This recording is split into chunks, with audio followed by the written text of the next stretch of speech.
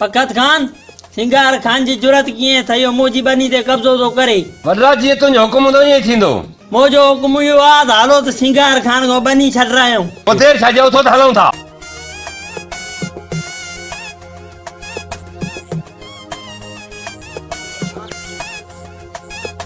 बखत खान अॼु भला वॾेरे सां तूं बि गॾु आयो आहे छा? अरे तूं सिधी तूं बि पंहिंजे चङे सां आया नी, असां बि पंहिंजे चङे सां आयासीं। हाणे जहिड़ो आहे ॿिनि वॾेरनि जो, हिकिड़ो वॾेरो कब्ज़ो कयूं वेठो आहे, ॿियो वॾेरो वरी कब्ज़ो छॾाइण आहे। हाणे हुन वॾेरे सां बि पब्लिक गॾु आहे, असांजे वॾेरे सां बि असां गॾु आहियूं। का बहितर सलाह कर कार तूं सिंधी। सॼी उमिरि वॾेरनि जे चवण ते असां हिक ॿिए खे कुटियो, हिक ॿिए जा कया आहिनि खून, हिक ॿिए खे हया आहिनि सॼी उमिरि पादर।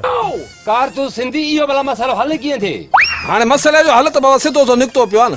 तव्हां असांजे चङे खे धकु हणो इहो बि मुनासिबु कोन्हे, या असां तव्हां चङे खे धकु हणूं। जो नीति कई अथई हल इहो आहे त वॾेरा वॾेरनि सां विढ़नि, जेको वॾेरो चढ़ी वञे बनियूं नथी। बाबा कार तूं सिंधी भलो फ़ैसिलो कयो आहे, बिस्मिल्लाह करे हिकु भेरो कुटियो। मां पंहिंजो चङो छा में पंहिंजो आहे भला बाबा तव्हां बि बिस्मिल्लाह करे लहो मैदान ते। हल बाबा तव्हां हेॾे होॾे फिरी वञो।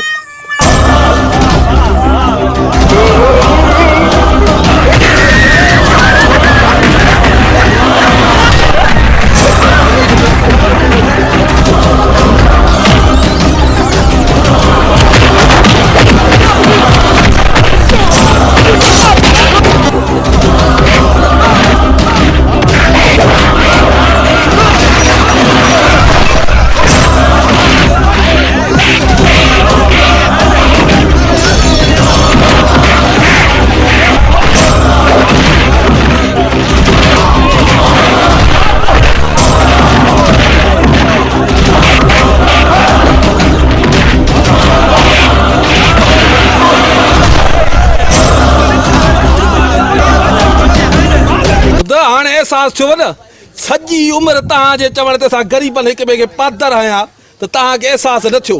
हाणे रुगो थोरो हिक ॿिए खे कुटियो था त ॿनीअ तो हथ खणी आयो।